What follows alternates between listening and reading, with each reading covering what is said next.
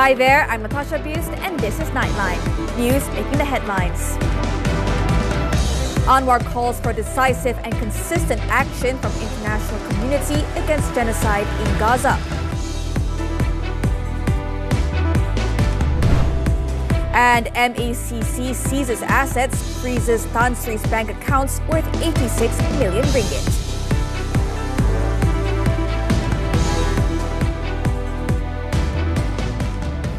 The international community is urged to respond with firm and consistent action to the atrocities unfolding in Gaza, particularly the ongoing mass killings. Prime Minister Datuk Sri Anwar Ibrahim stressed that the sheer scale of destruction, the flagrant violation of basic human rights, and the continued failure of global institutions to effectively address the crisis call for more than just expressions of sympathy. Anwar highlighted the issue during his one-day working visit to Singapore on Saturday to attend the 22nd Shangri-La Dialogue, a regional security and defence summit attended by representatives from 47 Asia-Pacific countries. In his special address at the annual forum, Anwar also cautioned that selective outrage could undermine moral clarity. We must not allow selective outrage or strategic fatigue to dull our moral clarity. Indeed, the genocide in Gaza is a test of our collective conscience. The scale of devastation, the open defiance of humanitarian norms, and the paralysis of institutions meant to uphold them demand more than sympathy.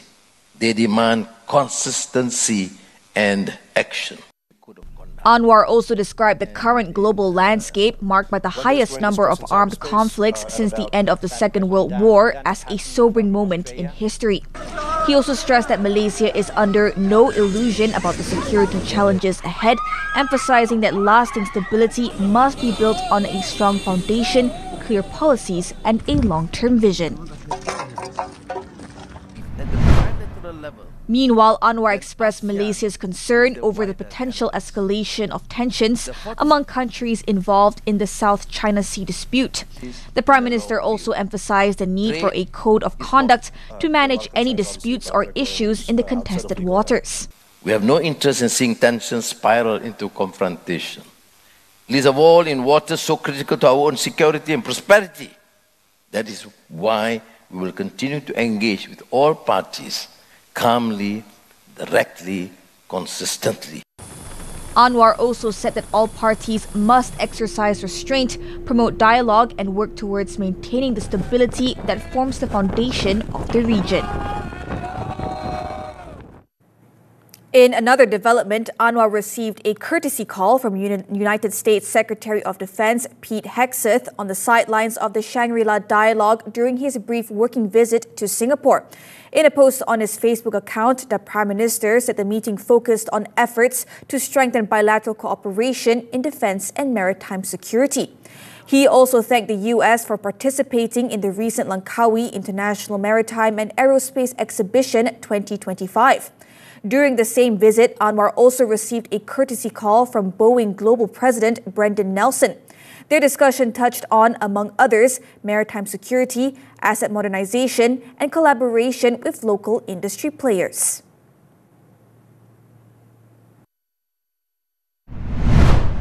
Wrapping up his visit, Anwar met with his counterpart Lawrence Wong and Singapore President Tharman Shanmugaratnam. Anwar stated in another Facebook post that the separate meetings with the two leaders served as a platform to discuss bilateral matters, including border issues, maritime affairs, renewable energy, and initiatives such as the ASEAN Power Grid.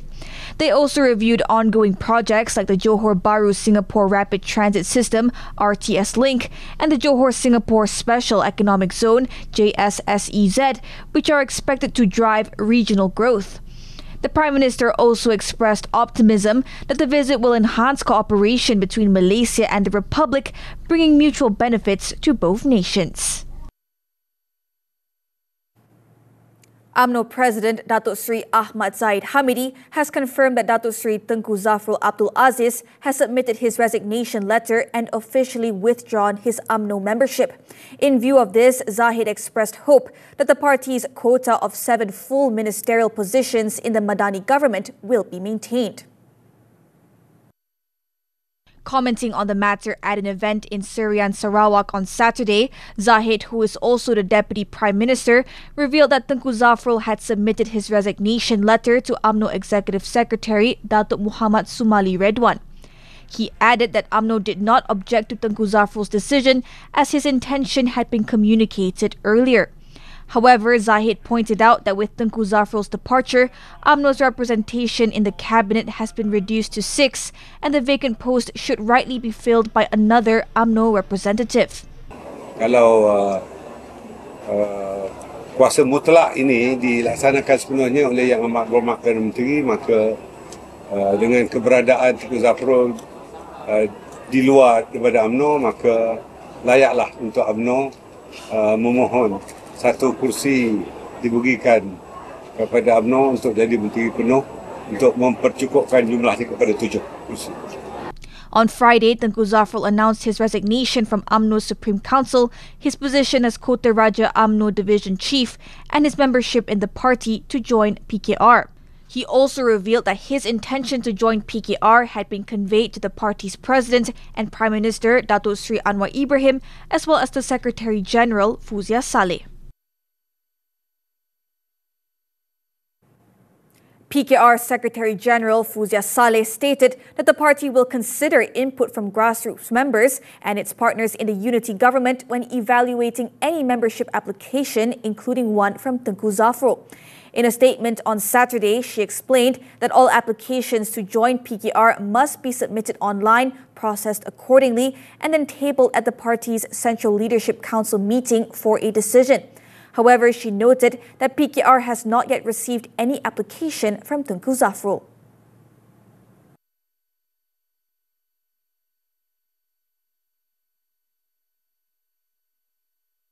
In a related development, Selangor Menteri Besar Datuk Seri Amiruddin Syari once again dismissed rumours suggesting that Tengku Zafrul will replace him as the head of the state government.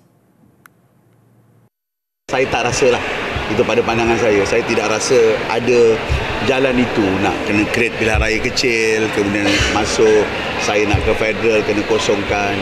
Kita hanya berbaki beberapa tahun saja lagi, 2 tahun setengah. Tak banyak yang kita boleh aturkan pada pandangan saya. Tapi kita kena lihat lagi lah sebarang perkembangan terkini. Ura-ura ni dah banyak kali dah. Tiap kali ada cerita, semua ada ura-ura, kura-kura je tak. He said this to reporters in a press conference at the Selangor State My Lesson B2 program closing ceremony in Selayang on Saturday. Amiruddin also addressed concerns that Tengku Zafrul's possible move from UMNO to PKR might affect the relationship between the two parties, expressing hope that the matter had already been discussed in detail. Tragedi yang menjadi sejarah hitam. Api itu besar macam jet pejuang tu. Kan? Very big. Bahang yang cukup luar biasa. Pijak tu terlekat tapak kaki dia. Soal harta atau nyawa. Ada yang tinggal isteri pun ada yang tinggal anak pun ada. Kenapa lama sangat Datuk nak siapkan report ni? Saksikan secara eksklusif dalam podcast utama Buletin TV3 di semua platform media sosial Buletin TV3.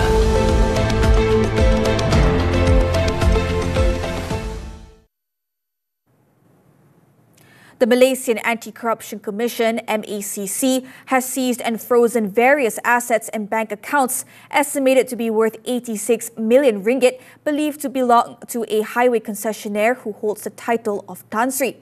The action follows an investigation into the alleged misappropriation of sukuk funds allocated for the construction of a highway in the Klang Valley. To date, statements have been recorded from 45 individuals to assist in the investigation. The seizure includes vehicles, handbags, jewelry, and properties. In addition, 14 individual bank accounts and 8 company accounts have been frozen. During a recent operation at the Tan Sri's residence in the capital, MACC also discovered a storage room containing alcoholic beverages estimated to be worth 3 million ringgit, believed to be linked to money laundering activities. According to sources, preliminary investigations have enabled MACC to identify the modus operandi used to misappropriate the funds. The funds were channeled to a contractor company owned by the Tan Sri and subsequently distributed to selected companies and individuals.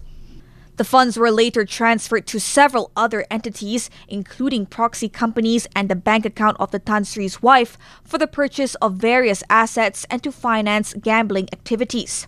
The misappropriated funds were also used for personal expenses, such as the acquisition of properties both locally and abroad, as well as investments carried out through multiple layered financial transactions designed to obscure the origin of the funds. The MACC summoned the Tan Sri and his wife for questioning on Friday, but they failed to appear, citing health reasons.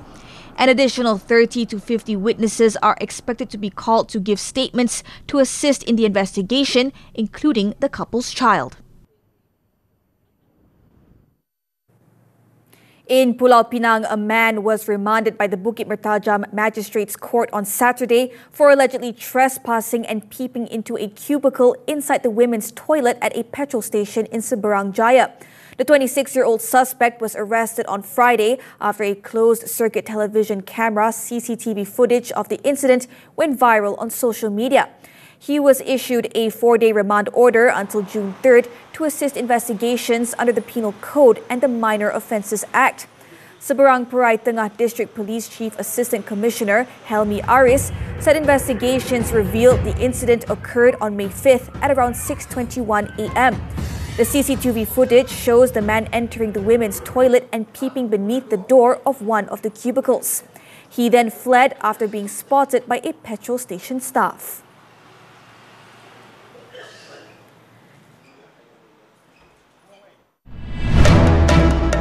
Malaysia intends to continue as ITU Council member. This and more from the local front after this breather.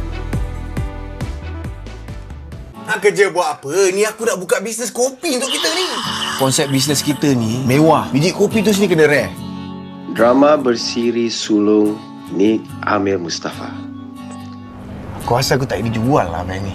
Lelaki tak bercerita, tapi diam-diam je. Move on, bina life baru. Tapi perangai you macam... Tepi. Ya, you tak apa, you okay. Muat turun dan layan tonton sekarang. Semua favourite anda di sini. Ada senang, ada sedih bersama, terukir di dinding hati selamanya. Percaya bersama, semua bisa. Misi anda adalah untuk dapatkan tiket Ejen Ali The Movie 2 di Pawagam berdekatan sekarang.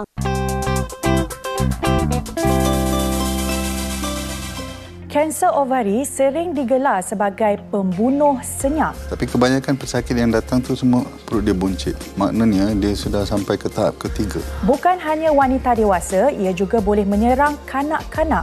Sebab ovari ni dia lebih aktif 8 sampai 10 tahun umur dia. Kanser ovari kami bawakan di Hello Doktor Ahad 5.30 petang di TV3 dan stream juga melalui Tonton. Jom. Dah sedia untuk Carnival Jom Heboh Kuala Lumpur?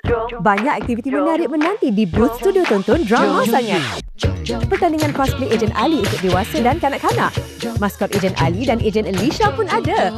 Test level berani di Thrill Rumah Hantu. Juga temui barisan pelakon drama sangat, personaliti TV3, TV9 dan Tonton. Jumpa di studio tonton drama sangat Carnival Jom Heboh Kuala Lumpur di KL Busst 30 Mei hingga 1 Jun ini, okey? Jom. Welcome back.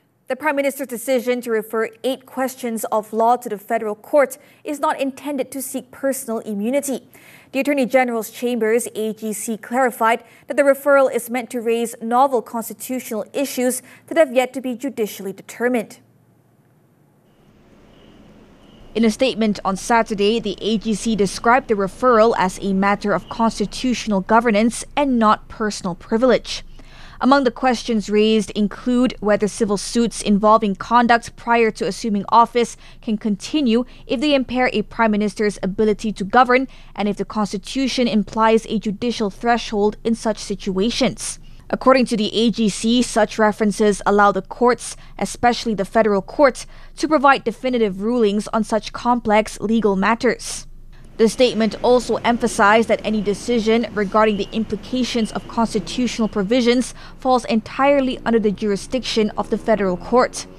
The AGC also stated that it respects the integrity of the constitutional mechanism and will assess any intervention requests based on legal merit and public interest, not politically charged sentiments.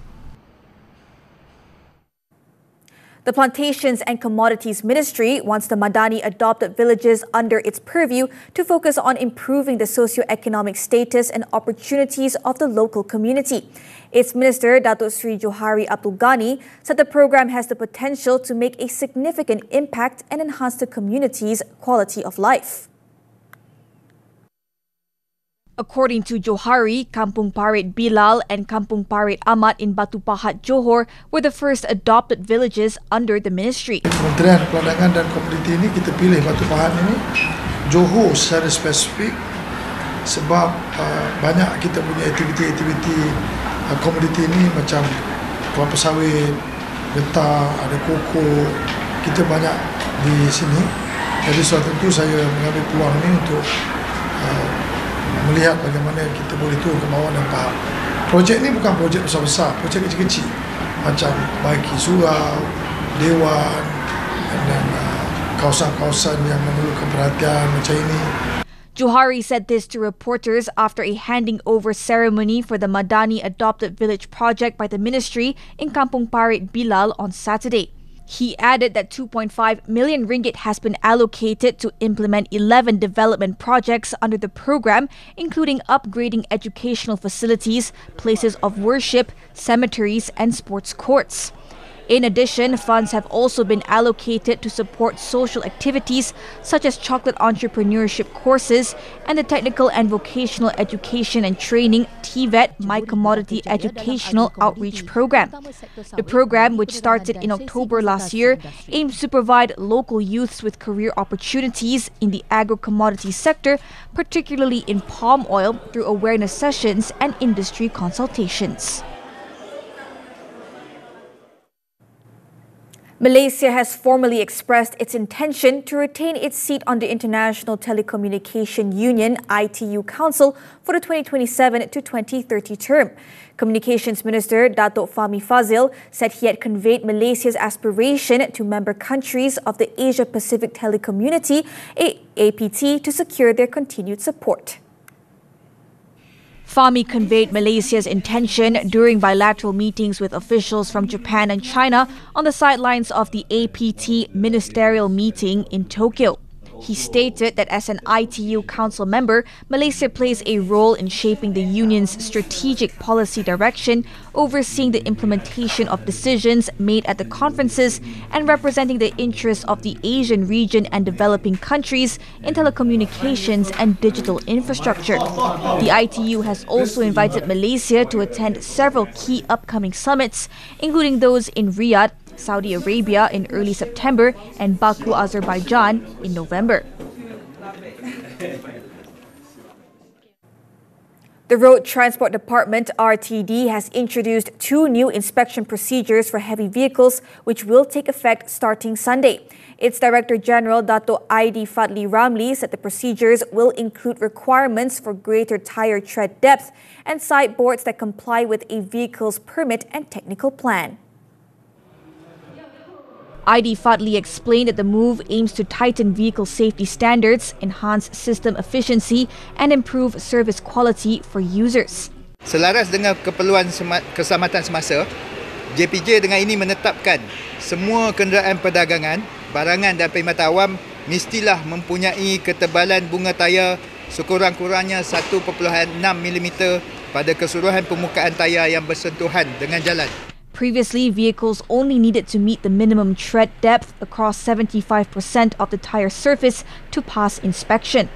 The second improvement ensures that dumper and tipper heavy vehicles do not have sideboards that exceed the specifications outlined in their permits and technical designs.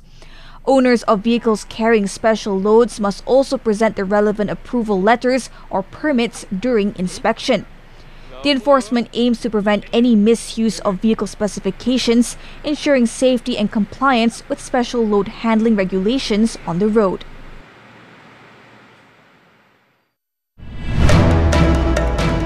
New law set to tackle throwaway culture. The details when Nightline returns. Carnival Jom Heboh kembali menggegarkan Kuala Lumpur hujung Mei ini bersama selebriti Zahed, Kodi Rashid, Shah Iskandar dan ramai lagi di studio tonton drama sangat. Personaliti media prima, nasi lemak kopi O serta maskot Ejen Ali dan Ejen Alisha berheboh di konsert Jom Heboh sambil menyertai pelbagai pertandingan, aktiviti sukan dan pesta makanan untuk seisi keluarga. Jom beramai-ramai ke KL Base Kuala Lumpur dari 30 Mei hingga 1 Jun ini. Jom, jom, jom! InsyaAllah kita akan dapat baby girl. Baby girl? Besar sangat ke dosa saya sampai saya kena hukum macam ni? Apa yang saya perlukan sekarang ni adalah untuk semua orang berhenti ganggu hidup saya. Mereka tu anak Aminah. Apa pun jadi, Aminah akan tetap jaga dia. Okay, bila dia yang lepas, dia je lepas. Saya dengan awak dah tak ada apa-apa.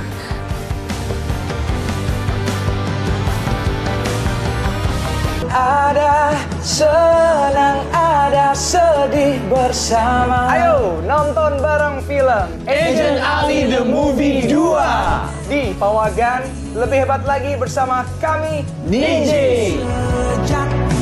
Jangan lepaskan peluang pada 1 Jun Ahad ini. Ayo bersama Ejen Ali dan Niji.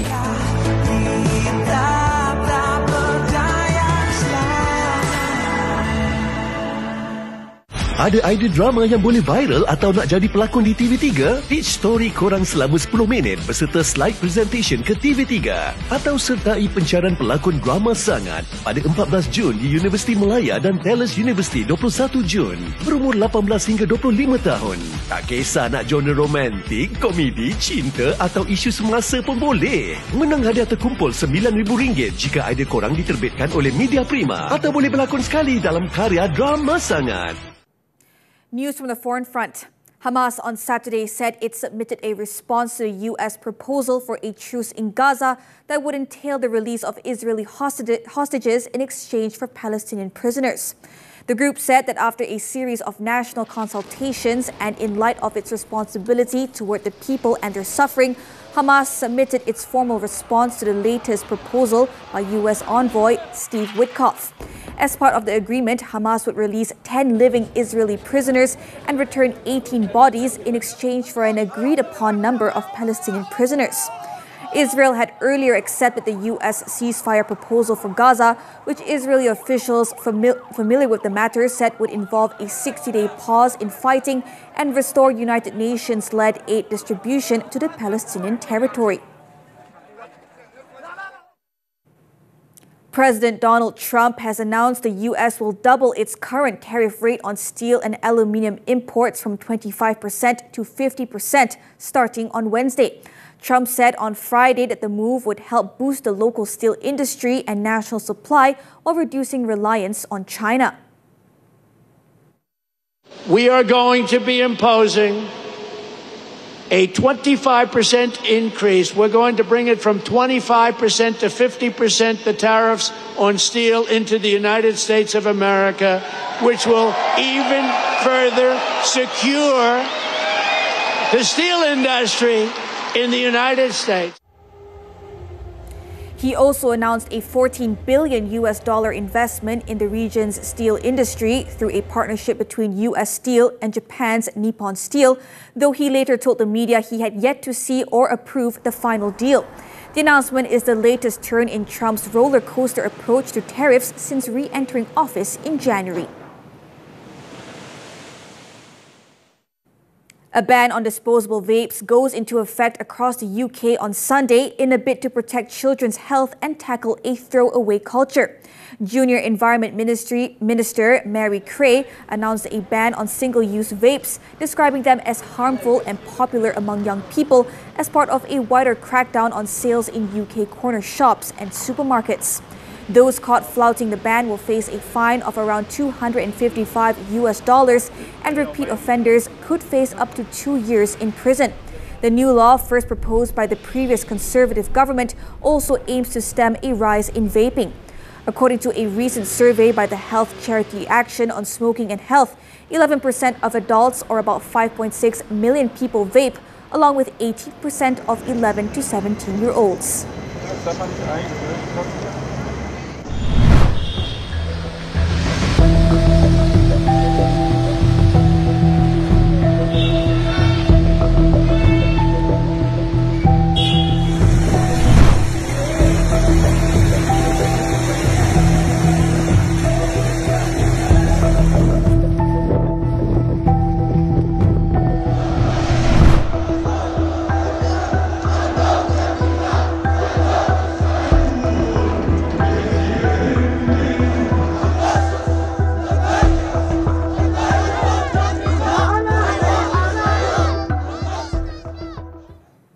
Turning to sports now, badminton, the 2025 Singapore Open.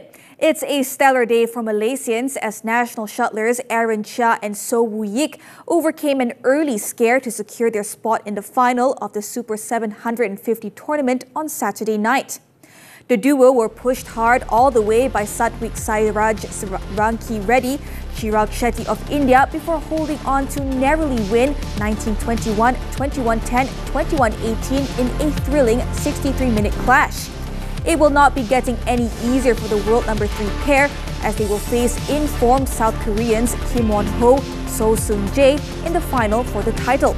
For this season, it is Aaron Woo Yik's final consecutive final. Moving on to tennis, the 2025 Roland Garros. Carlos Alcaraz suffered a mid-match stumble but recovered just in time to beat Damir Zumor in 4 sets on Friday and move into the 4th round. The second seed had looked to be making light work of his opponent with a 2-set lead before a revival from the Bosnian pushed their encounter into a 4th set.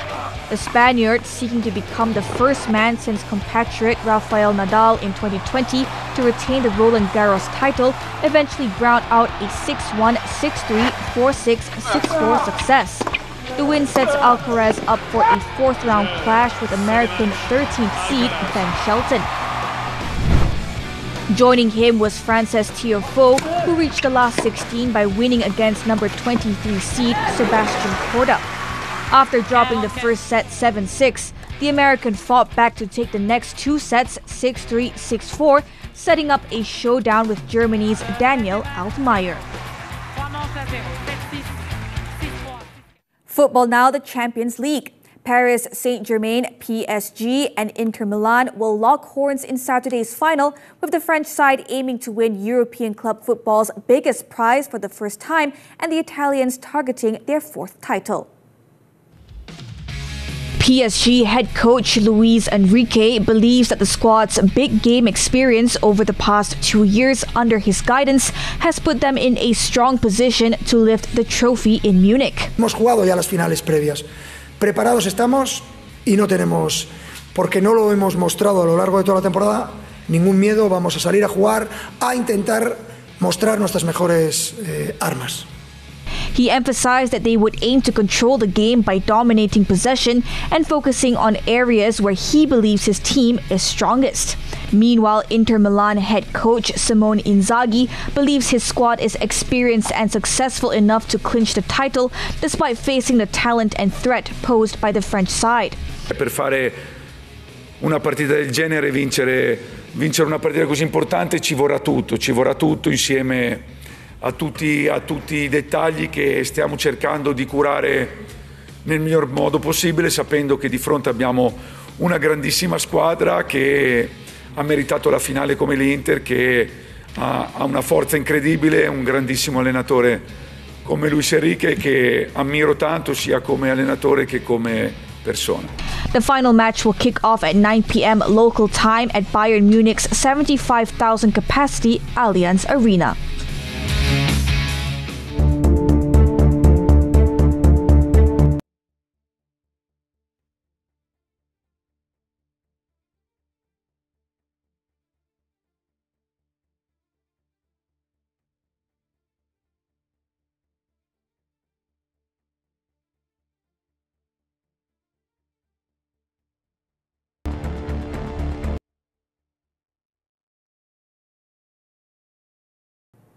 As we wrap up Nightline this time around, let's take a look at Albanian freestyle footballer who captured the attention of football fans with his impressive ball tricks ahead of the Champions League final.